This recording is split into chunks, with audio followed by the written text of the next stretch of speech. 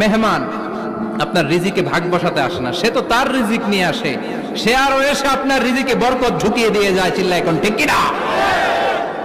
কারণ আমরা বরকতে বিশ্বাসী। বরকত বিশ্বাস করেন? 5 লাখ টাকা মাসে কামায়, ডাইন হাতে বা হাতে, আছে না নাই? হালাল হারাম ইচ্ছা মতো কামায়, মাস শেষে কিচ্ছু থাকে না, এরকম ডাকাইত আছে না নাই? হসপিটালের একটা বিল পরিশোধ করতে 3 লাখ চলে যায়, ঋণের বোঝায় জর্জরিত, রাতে ঘুম নাই, তার মানে বরকত নাই। আরেকজনের বেতন 20,000, কয় হাজার? বাড়ি ভাড়া 6,000, বাজার খরচ 6,000, ছেলে মেয়ের স্কুলের বেতন 6,000, বেড়ায় দান করে আরো 1,000, আরো থাকে। সুবহানাল্লাহ পড়েন।